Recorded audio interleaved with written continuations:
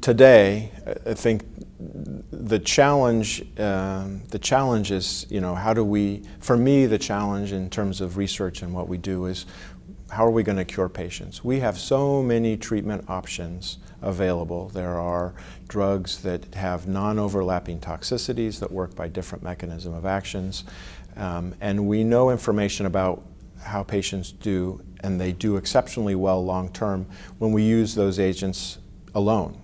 We haven't even really started the trials using combinations or using sequencing of these agents. So I'm very optimistic and very sure, and can, very adamantly state that we can control the disease with the agents that we have long term. And so the outlook has never been better.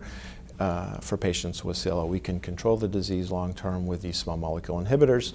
We still have chemoimmunotherapy, which is very active as a fallback, or if we need to, we can resort to chemoimmunotherapy. But with the small molecule inhibitors, we have tools that can manage the disease for very long periods of time.